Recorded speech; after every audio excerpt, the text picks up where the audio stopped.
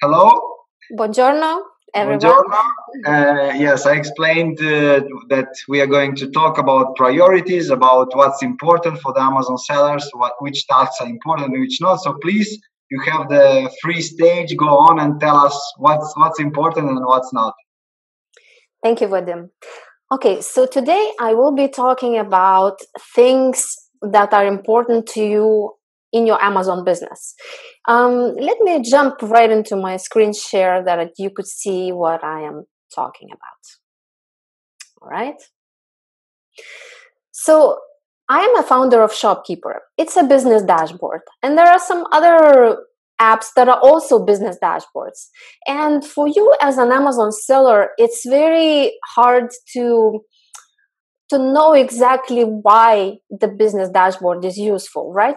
Once you log in and look at the dashboard, you just see what it shows you. For example, your sales today were 13 sales and you made a negative profit. Yesterday that much, and the last 30 days was that much, right? So in general, you don't really have a very good goal or target where to go next, right? You know these three numbers and you're thinking it looks like you have nothing to do for the day, right? It looks like you're making money, everything is okay.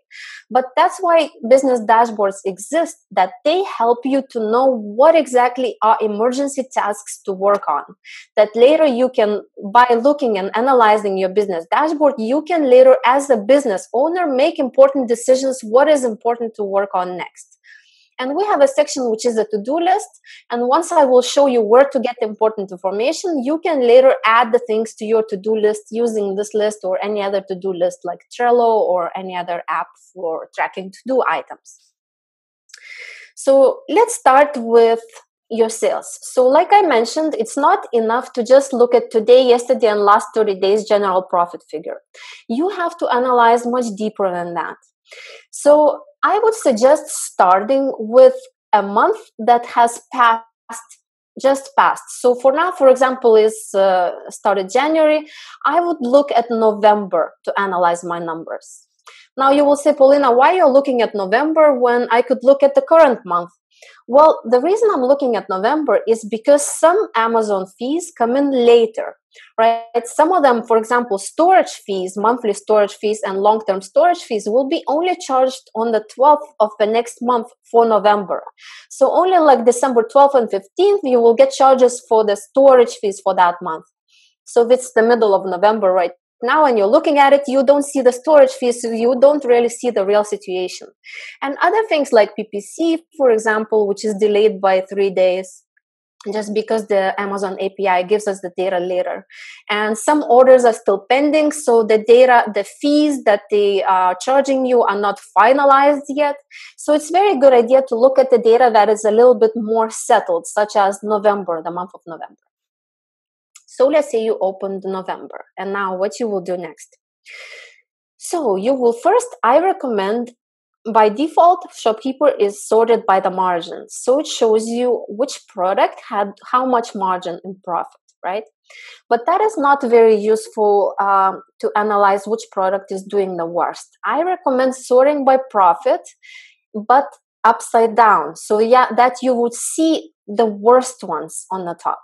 Look at this seller's account. This seller in November sold 16,000 euros revenue, but only 1,000 euro profit he made. The margin is 7%. And this seller is a private label seller. Well, normally private label sellers make about 35 to 40% margin.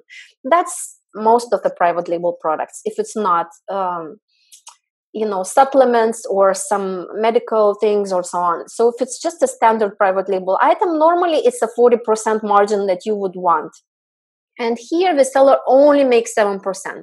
So very obviously something is very wrong with this account, right? So now to analyze what is exactly wrong, we start with those which are eating the most profit. Look at this item, this orange cat product, right? It only sold 1 unit in the whole month of November. And it lost 270 euros, right? So that is a big, huge amount, and just 1 unit was sold. Here you can see how many units are left in the inventory. So there is over 200 units sitting in Amazon warehouse right now. They're not selling, and there is something happening with the account that it's eating so much money. So we expand the breakdown to exactly find the problem.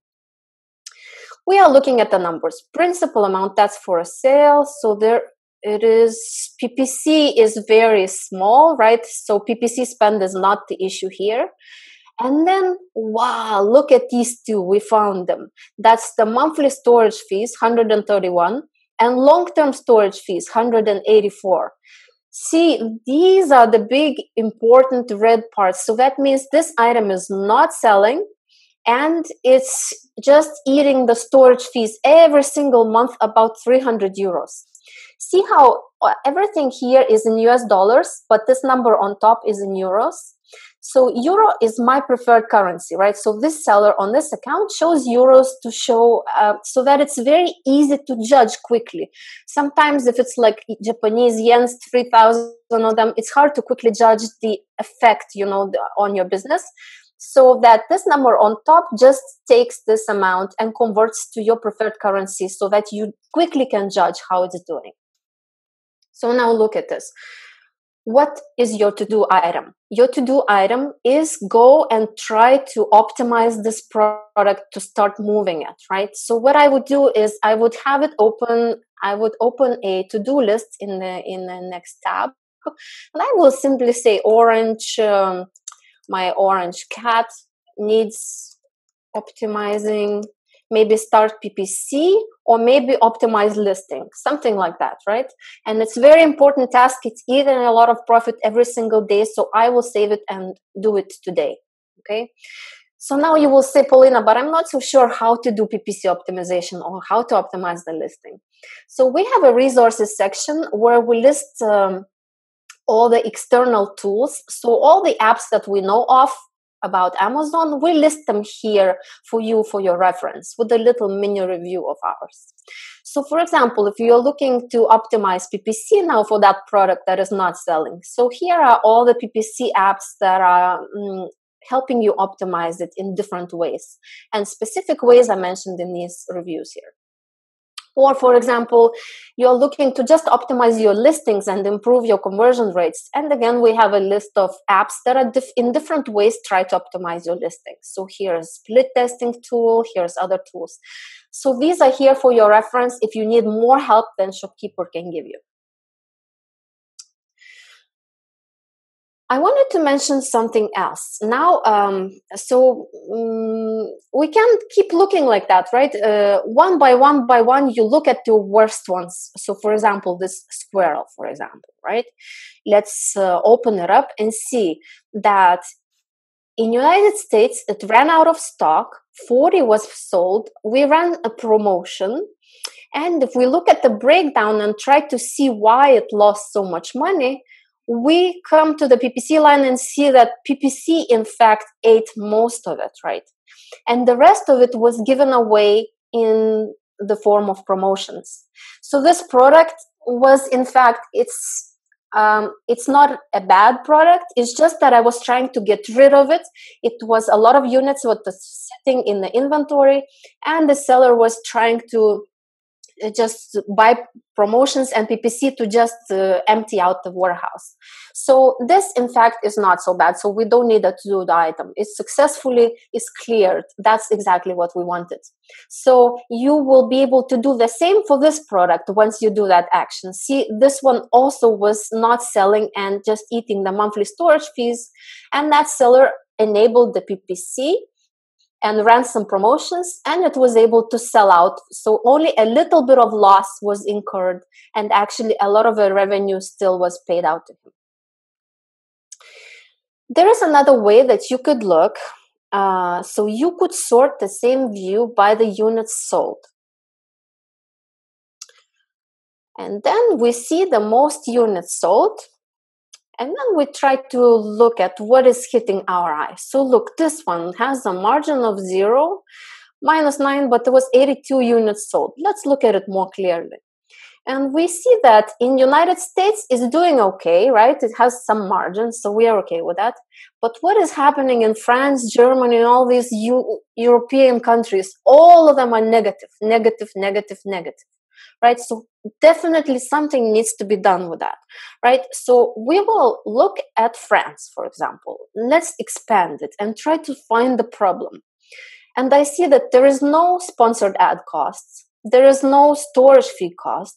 So why is it that I am losing money? This must be that I am probably not taking, tax. That is, so the person paid that much and I charged them VAT, right? Because it's France and I'm charging VAT. And then Shopkeeper subtracts that VAT that I collected from the total amount that Amazon will pay me. Because at the end of the year, I will have to actually remit the 71 euro to HMRC, right? So it's not really part of my profit, and Shopkeeper subtracts that. So probably when I was deciding my price for France, I didn't really look at it very carefully. So what I'm going to do, I am going to open this exact product, and we are going to look at it. So my settings for United States are actually making me profit. Canada is making profit. But exactly, Germany, I am not making any money. So very likely my pricing is wrong for those items. I probably didn't consider the fact that I will have to remit the 20% VAT because I'm registered in UK. That's why there's 20% on France. That's the reason when I was initially creating the price, I didn't consider the fact that I'll be collecting VAT as well. So that means I have on this item to go and fix the price, right? So that is exactly what I would do. I would go to my to-do list and say, fix the price on blah, blah, blah, right? And then I would set up for today as well, because every sale that I get is actually losing me money. So I could work on the prices like this. Sometimes when you come to the app and you are doing a good job of checking how things are doing, it's often that it's not going to be so apparent and all those reds not going to be there. And you will think, what is best to jump in and what else I could optimize, right? One other thing you could look at is refunds. So I suggest to look at the last 6 months and sort it by the units sold. So in fact, right now it's sorted by the units sold. And normally, from my experience, whenever Amazon refund rate reaches 10%, Amazon usually sends me a suspension. So it suspends my listing and sends me an email saying that now please explain how you are going to fix your listing and so on. So in my category of products, I have 10% refund rate. But in your category of products, I mean, the 10% refund rate, that is the limit of when Amazon will suspend my listing. So if it goes over 10%, and most categories have this 10%, then they send a suspension. But for your specific category, it might be different. For example, if you're selling shoes, right?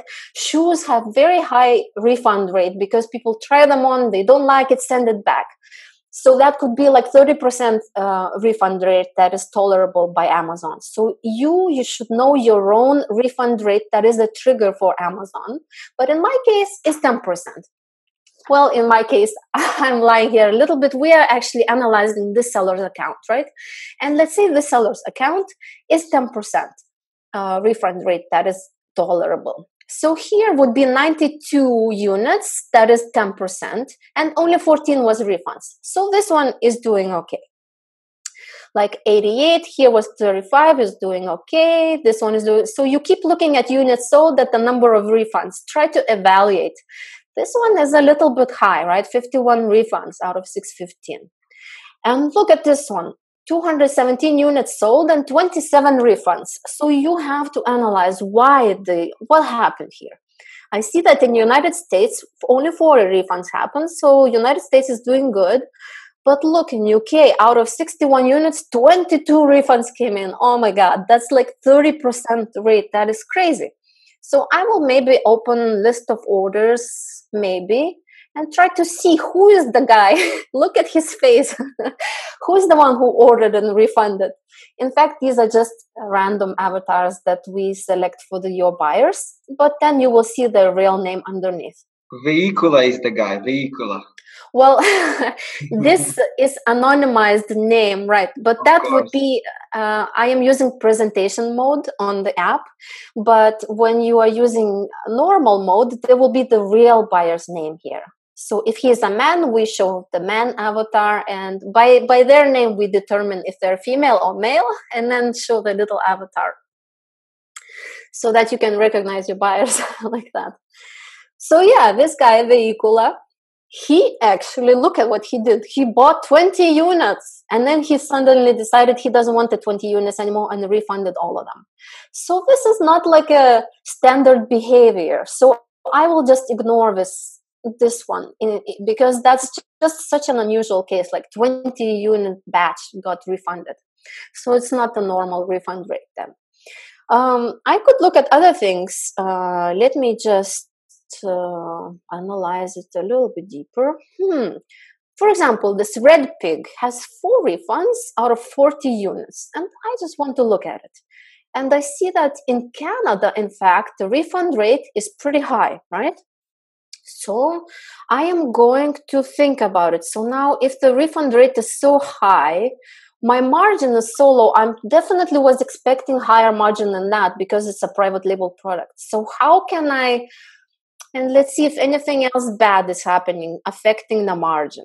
There is no sponsored ads, storage fees are pretty low, so there is nothing that really affects it other than those refunds that are coming in, right? That means that I may want to increase my price to accommodate for the refund. How you would do that? So you would go to the list of orders, find one refunded item, and go analyze the details for it. So specifically, you would want to know how much exactly one refund is costing you for that item. So everything on the left you see with the green is what happened when the order came in. And on the right side, red returns everything what happened when the refund came in. So look, when the order came in, you received some money, plus you collected some tax because I'm collecting tax in Canada. There was some fees from Amazon, and then it cost me some manufacturing and so on. So all of these things happened. And I made a profit of $6.80 when I sold one item. Now, when the refund came in, Amazon so on the order, I received 35, but because refund came, they gave back the customer the 35, right? So they took back from me. Tax was also reversed. Referral fees were reversed, so I paid $5.27, but they gave me back my fee. But look, they did not give me back for the FBA fee. See, I paid $6.96 for the FBA pick and pack fee, but because they already spent the work and the time and delivery to the customer, they are not giving it back to me. So that's my actual cost when the refund came. Sales tax collection fee, they actually are charging me a collection fee because I'm collecting tax in Canada. This is also, they already did the collection, so they are not gonna give it back to me now. Other things, because the item will come back to the inventory, manufacturing and shipping costs are reversed here. And in addition to everything, I get refund administration fee of $1.05, right? So in total, when I get one refund, the transaction that Amazon charges me is actually negative $14.86. So all these numbers put together, that's what it gets. So now I know that if I sell the item and I refund it, in total, my profit is a negative $8. So that $8 is €5, right? So that €5, this is how you would calculate. So I have approximately 1 out of 10 items that gets refunded. I have about 10% refund rate, right? Remember, there was 4 of them that were refunded from 40 here. 4 from 40. So it's 10% refund rate. 1 out of 10 items is getting refunded. And that cost me that 5 euros exactly. Exactly like I looked here, it cost me 5 euros for one refunded unit. So that means that every single unit cost me 50 euro cents. That's the cost for any single unit that I ever own. If that's the normal refund rate, that's what it cost me. So I want to increase my margin, right? I don't want to keep getting 15 because the refund rate is so low. So what I would do, I would go to settings and I would adjust my prices there for this product.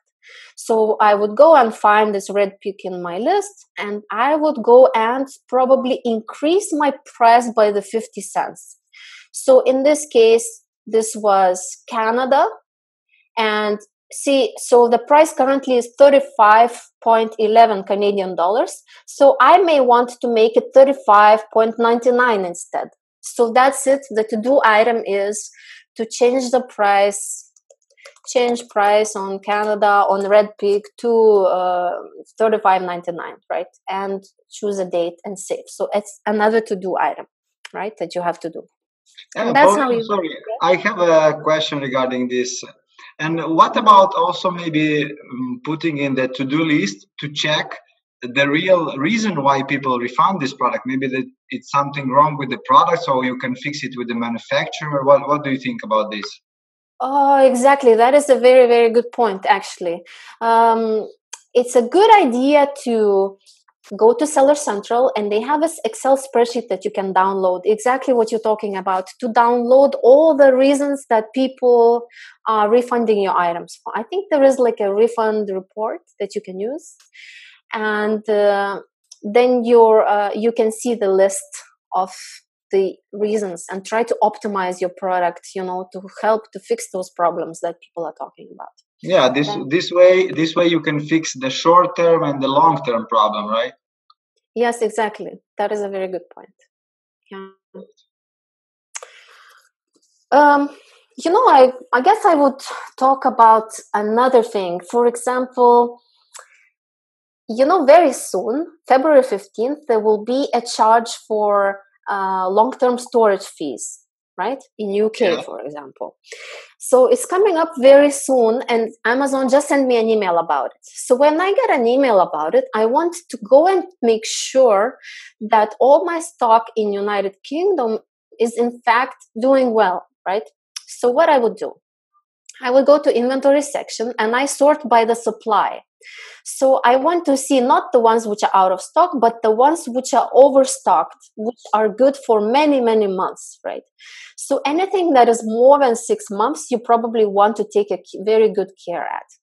So when it's less than 100 units, I wouldn't worry so much, right? Because it's okay if you have less than 100 units. But looks like these two items in this case have a lot of units and they are not selling very fast, right? This one is going to be good for 2 more years and this one 13 more months. So that would mean that I need to find external warehouse quickly for these 2 items. I could also expand and look at more details about it, right? So I can see that this item is in fact selling very, very slowly, like 9, 10 units a month, 9, 14, and so on. And I have 322. Oh, it's never going to sell that fast, right? And this is the general trend of units sold. So in Christmas, it sold more, but then again, it's going to go back down. So I do definitely need to ship out those items. And that's a to-do item for me. So on my to-do list, I would go there and add in an item, which is look for external warehouse, before storage fee gets charged. And then I know that February 15th is going to be charged, but it takes 2 weeks for Amazon to actually collect your product and ship it out. So the latest one I can do is like this week. That's my latest. That's the due date, right? And now you have an urgent item, but it's not so urgent that it's eating your money today, but still needs to be worked on. There is more things about the inventory that you could do. For example, if you are analyzing, let's say, a specific product, I have a product. These are 4 variations which are in United States of the same product, 4 different colors, right? These doesn't look like the same because it's origami images. This is presentation mode, right? We have this presentation mode at the bottom, which you can switch on whenever you're showing the app to others. But they're actually the same product and just different colors of it, right? So now look at the situation. I ran out of most of them, but one, I still have some units in stock. So what I would want to do is probably to go and decide, but I don't have enough money to buy the units for all of them. I only have a little bit of cash available to buy maybe one more color, not all of them. So now I need to decide which color I should order, right? So what can I do? I can open trends section, and in trends section, I can actually select those 4 items.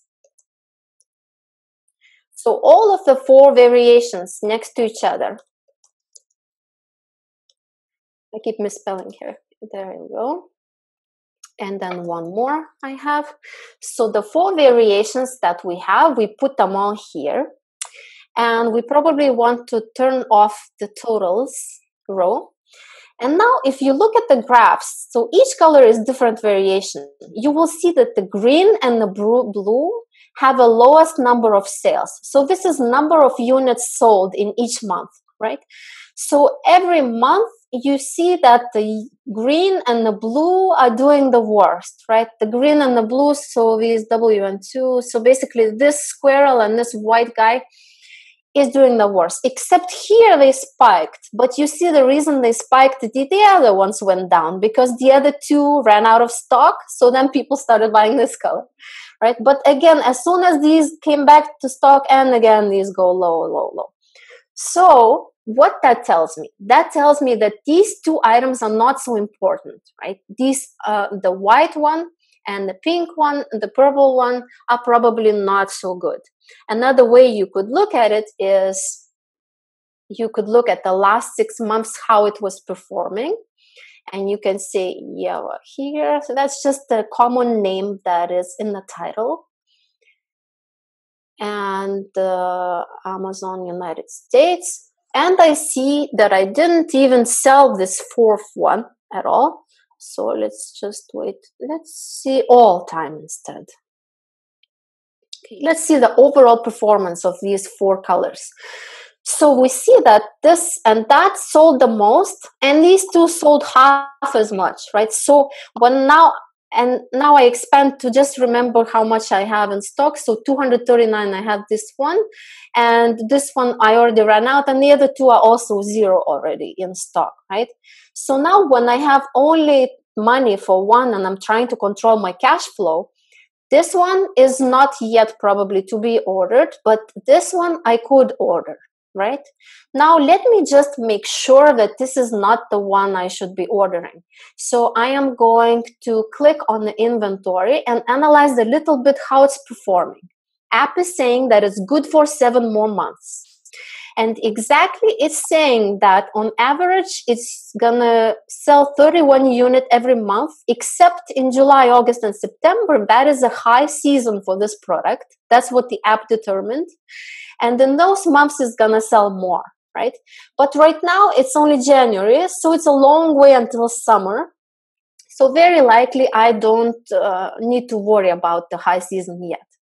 So I will probably not order this product yet because it says it's good for 7 months. So I'm just gonna order this one, the green one. And now, so you have another to-do item, order this green rooster, go and order so many units. But now you're gonna ask, Paulina, but how many units should I order? How do I know exactly? So you can go and investigate a little bit more in that particular item, and you can tell the app how many months you want it to last for. Normally, you don't get charged the long-term storage fee in Europe if it's less than 6 months, right? So you may want to order for 5 months. you may also want to look at the high seasons for that product, but see what are the high season months for this product. Shopkeeper answers that question. And it looks like August and July, summertime is the high season, right? Summertime is not coming yet, so I will put in 0 high season months I want it to last. Just 5 normal months are coming up. So the app is telling me that it needs at least 156 units I should order if I want it to last for 5 months. So it's calculated that on average it's going to sell 24 a month, plus extra 30% for growth. So it gives you a little bit of buffer if you're going to spend on PPC or just grow it somehow with promotions. And that's exactly the number that I want to put in my to-do list. So I will say order 150 roosters from China. And again, you can decide when to order, when to make your order. You are already out of stock, so you may want to make an order very quickly. 2 other things I will mention. So just step by step like this, analyzing your data. You can always make your to-do list, prioritize your own to-do list. And as a business owner, you should use the data that is available to you. Most people that use apps like Shopkeeper, they just look at these 3 numbers and they just keep tracking. Oh, I made 3 more sales. Oh, I made 5 more sales. They never actually dig deep and analyze and try to optimize. I mean, they do, but not to an extent that they could, right? You could even plan your whole day judging just on the numbers and data. That's why the business dashboard exists, to help you with these decisions. There are 2 other things that I can mention that could be helpful. You could look at your number of sellers on your listings. So for example, if you're a private label seller and this user he has 8 sellers on this listing in Canada right now. So what you could do is you can click view.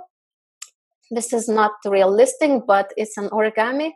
So, and then analyze which other sellers jumped on your private label listing, right? And then you may want to send them cease and desist letters to each of those sellers.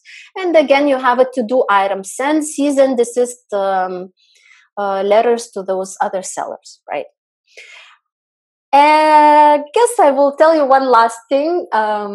That is probably a little bit unusual, but once you get tired of your business and you may think, oh, I'm so tired of optimizing and I just really want to cash out and to rest a little bit, what I could show you a way how you can quickly estimate how much your business is worth if you would be selling it right now.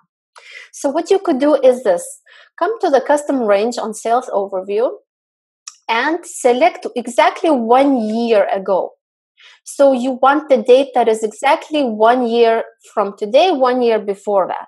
You apply it and you will see exactly how much profit your company made. So you don't look at the revenue, you look at the profit that you made in the last 12 months counting from today, and you multiply that by 2. So in this case, this would be 60,000 euros, right? 60,000 euros. So that is the approximate selling price of your business. Well, there are many other factors. You have to be minimum 2 years seller and so on. There are other things that they look at, but 60,000 is the number that you already know that you could think about. In addition to 60,000, if you go to the dashboard, we have this inventory widget, which tells you the value of your inventory that is currently stocked at Amazon. So, for example, this seller has 41 products right now at Amazon warehouse. He already paid that much for manufacturing and shipping. So, if all of his units would sell right now, that is exactly how much revenue he would get. 81,000 would be revenue, but Amazon minus the Amazon fees, they would make you the payment to your bank account, 54,000 euros. Not everything is profit, but still this whole money is coming into your bank account. So it's another 54,000 euros that would be coming from all those sales if everything is good. So that means 114,000 euros is what you could get in cash today if you decide to sell your business, right? Like I said, this is not like exact amounts. It's all many different variables, but it's very quickly you can judge the value of your business like that using Shopkeeper. So it's just a fun number to keep track of if you are eventually thinking to sell your business, because many of us are actually building Amazon businesses with keeping in the back of our mind that we do want to sell at some point. So, yeah, Paulina, you told us really lots and lots of interesting information. So you proved us that, even if we buy the best software in the world, like Shopkeeper, like other very good softwares, still we need to put a lot of work in. We need to analyze the data, and we need to improve continuously, right? This is the basic idea. Yes, exactly. Yeah. And just what do you think? What would be better for our audience to give some call to actions, that maybe to wrap up a little bit, to summarize key points of what they can do, what you explained, just to summarize briefly, and give maybe them 3 call to actions, like the first 3 things that they should do, in order to start acting, not only listening to the theory, because you explained that very well, but they need to actually start doing this. So what would be your advice? Yes.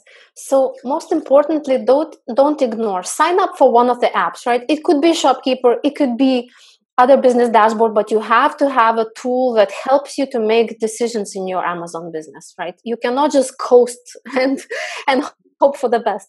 So what I highly recommend them doing, instead of having this long list of to-do items, right? Optimize this listing, work on the images, try to prioritize the items first that are eating your profits. So anything that is changing your money to go down, so low margins, high negative profit, and so on. So focus on those first. These are the first to-do items that you have to do. So once you log into Shopkeeper and it reads all your data, you will immediately see the action items that you have to work on.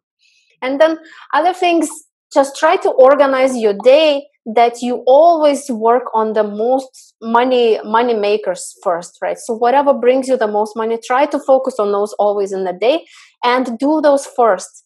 In the beginning of the day, all of us normally are most productive, right? So try to focus on the most important tasks first, and then do the rest of the little things, that can be like ordering new inventory and things like that. All right. That's a great one. That's a really, really great advice. Yeah, just first things first. So this is a great one. Okay, so do we have any other important information for our audience? There's maybe some good news for them, some surprise. I heard that there is some special something, some good news for them. Yes, exactly. So if you will look at the link that Vadim will post here next to the video, you will have a nice extended trial. Normally, Shopkeeper gets 14 days of trial, but for you, Vadim's friends, you will get much longer trial. You will be surprised how long the trial is. But to find out how many days you get, you will have to click on the link. And then when Shopkeeper opens, on that green button, it will say start your X number of days trial. So just click on the link to find out how many days you get, and you'll be surprised how many there is that you can enjoy Shopkeeper for free. Okay. Good, Paulina. Thank you very much. Guys, click on the link and discover how many days, because it's much more than just for 14 days, but we don't know how many, so you have to click. And see you the next time, right? Yes, take care. Thank you very much. Okay. Yeah, thank you, Paulina. Bye-bye.